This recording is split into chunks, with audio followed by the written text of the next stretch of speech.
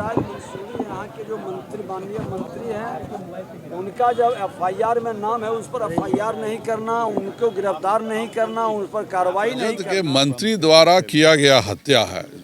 जब यह 3 तारीख को साफ ढंग से बोल दिया गया कि इसको इजराइल मंसूरी के लोग हम पर हिंसक वारदात कर सकते हैं। बिहार विधानसभा 2023 का बजट सत्र चल रहा है और ऐसे में लगातार बिहार विधानसभा के नेता प्रतिपक्ष विजय सिन्हा और भारतीय जनता पार्टी के तमाम जो विधायक हैं, उनके द्वारा ये आवाज लगातार उठाया जा रहा है कि कांटी के जो विधायक और महागठबंधन के आरजेडी कोटे से मंत्री बने इजराइल मंसूरी के ऊपर जो हत्या का आरोप लगा है, इसके लिए विपक्षी पार्टियां लगातार मुख्यमंत्री नीतीश कुमार पर हमलावर है। और नीतीश कुमार जो बार बार अपने आप को कहते थे कि हम जीरो टॉलरेंस की नीति पर सरकार चलाते हैं और हम अपराधी से कभी समझौता नहीं कर सकते हैं, लेकिन नीतीश कुमार के ऊपर जिस तरीके से उंगली उठ रहा है, कहीं ना कहीं तो बड़ा सवाल है नीतीश कुमार के चरित्र के ऊपर। क्योंकि जो नीतीश कुमार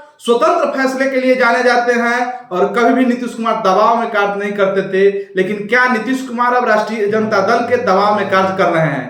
क्योंकि राजद कोटे से मंत्री नीतीश मंत्रिमंडल के जो मंत्री हैं इजराइल मंसूरी जो कांटी से विधायक हैं, उनके ऊपर राहुल हत्याकांड जो इस वक्त बिहार का सबसे चर्चित हत्याकांड बन चुका है, क्योंकि इसमें विधायक और मंत्री इजराइल मंसूरी का नाम जुड़ चुका है। इसको लेकर के बीजेपी हमलावर है और नीतीश कुमार, अब देखना यह दिलचस्प होगा कि नीतीश कुमार क्या अपने मंत्री के ऊपर कार्रवाई कर पाते हैं या नहीं। बिहार विधानसभा में जब नेता प्रतिपक्ष ने नीतीश कुमार से सवाल पूछा तो नीतीश कुमार ने जवाब में कहा कि मैं इसका जांच कराऊंगा और अगर मंत्री दोषी पाए जाते हैं तो उनके ऊपर मैं कार्रवाई करूंगा। लेकिन जिस तरीके से नीतीश कुमार महागठबंधन का प्रतिनिधित्व कर रहे हैं, लेकिन तेजस्वी प्रसाद यादव जो राष्ट्रीय जनता दल से उप मुख्यमंत्री भी हैं बिहार के और मुख्य सहयोगी दल भी हैं, वो इजराइल मंसूरी के बचाव करेंगे या फिर अगर इजराइल मंसूरी दोषी पाए जाते हैं तो उनके ऊपर कानूनी कार्रवाई किया जाएगा। धन्यवाद। आप देखते रहिए। विशेष जानकारी के लिए हमारे फेसबुक पेज पर अगर आप देख रहे हैं तो फेसबुक को फॉलो करें, अगर यूट्यूब पर देख रहे हैं तो चैनल को सब्सक्राइब करें। धन्यवाद। राजद के मंत्री द्वारा किया गया हत्या है। जब यह 3 तारीख को साफ ढंग से बोल दिया गया कि इसको इजराइल मंसूरी के लोग हम पर हिंसक वारदात कर सकते हैं और उसके बाद इस बच्चे का मर्डर हो जाता है, तो यह साफ है कि यह सब कुछ इजराइल मंसूरी के निर्देशन में हुआ है। और इजराइल मंसूरी का जब एफआईआर उसका पिताजी जो दे रहे हैं उसको हटा करके एक अनजान कागज़ पर दस्तखत किया जाता है। जो एफआईआर करता है अभी तक उसको भी नहीं पता है कि क्या एफआईआर है। यही बताता है कि यह पूरी की पूरी हत्या पुलिस प्रशासन और इजराइल मंसूरी के साथ मिलकर के किया गया है। किस परिस्थिति में एफआईआर की नकल आज तक नहीं मिली है।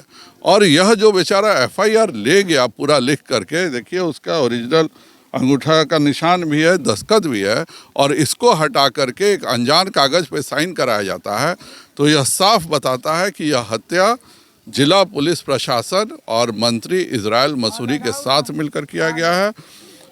जो बिहार की स्थिति है यह उसी का है। बिहार के सारे मंत्री अब माफियागिरी कर रहे हैं। अब अगर छाई उठाने का इतना शौक है तो विधायक काहे बना आकर के छाई करता। आज इजराइल मंसूरी यहाँ के जो माननीय मंत्री हैं, उनका जब एफआईआर में नाम है, उस पर एफआईआर नहीं करना, उनको गिरफ्तार नहीं करना, उन पर कार्रवाई नहीं करना, कहीं ना कहीं सरकार के दबाव में प्रशासन इस तरह के कार्य कर रहे हैं। आज उसी के विरोध में, क्योंकि दर्जन भर से ज़्यादा घटनाएं घट चुकी है, कई लोगों की मौत हुआ है, हत्या अपहरण लूट बलात्कार हुआ है।